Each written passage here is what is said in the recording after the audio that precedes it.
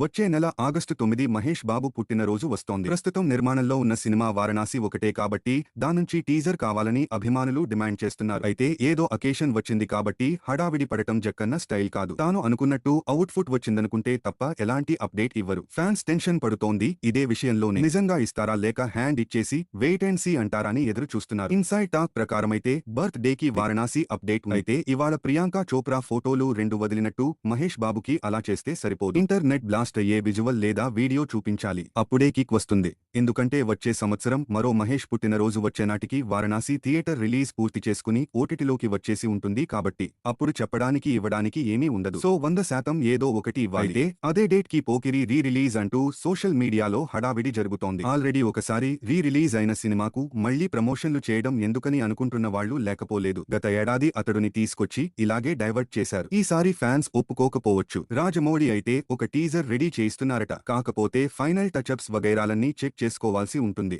వచ్చే సంవత్సరం ఏప్రిల్ 7 విడుదల కాబోతున్న వారణాసి మీద పబ్లిసిటీ పరంగా పెద్ద భారం ఉంది. అంతర్జాతీయ స్థాయిలో ప్రేక్షకులను మెప్పించే టార్గెట్ పెట్టుకున్న రాజమౌళి ఈసారి ఆస్కార్ మీద మరింత గురి పెట్టారు. ఒక పాటకో ఫైట్ కో కాకుండా దర్శకత్వానికి రావాలనేది జక్కన్న కల. వారణాసితో అది తీర్చుకోవడానికి ఇదే మంచి అవకాశం. పృథ్వీరాజ్ సుకుమారన్ విలన్ గా నటిస్తున్న వారణాసిలో ప్రియాంక చోప్రా హీరోయిన్ గా చేస్తున్న సంగతి తెలిసిందే.